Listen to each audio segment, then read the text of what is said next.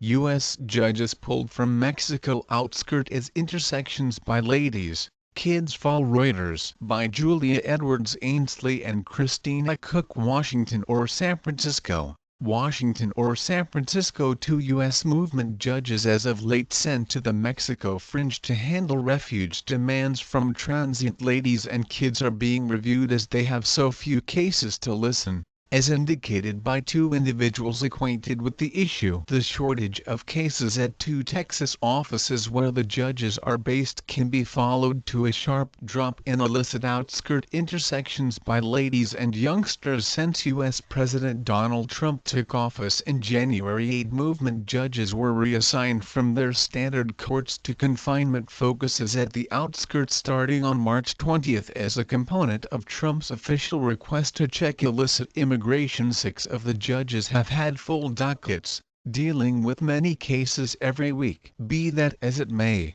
the two at confinement focuses lodging ladies and kids in Dibley and Karnes County, Texas had so few cases their nearness was considered a misuse of assets by the U.S. branch of justice, as indicated by one of the sources. The Department of Justice did not instantly react to a demand for input. The quantity of guardians and kids captured at the U.S.-Mexico fringe in March dropped to a little more than 1,000, a 93% tumble from December. The Department of Homeland Security announced last week the decrease takes after Trump's cruel talk on unlawful migration and arrangements which group every illicit vagrant as subject to expulsion. The judges were sent to the outskirt with an end goal to rapidly hear the cases of transients looking for shelter so that those considered ineligible could be ousted. In over 3 weeks at the fringe, the judge in Dilley had no hearings and the judge in Karnes County had 4.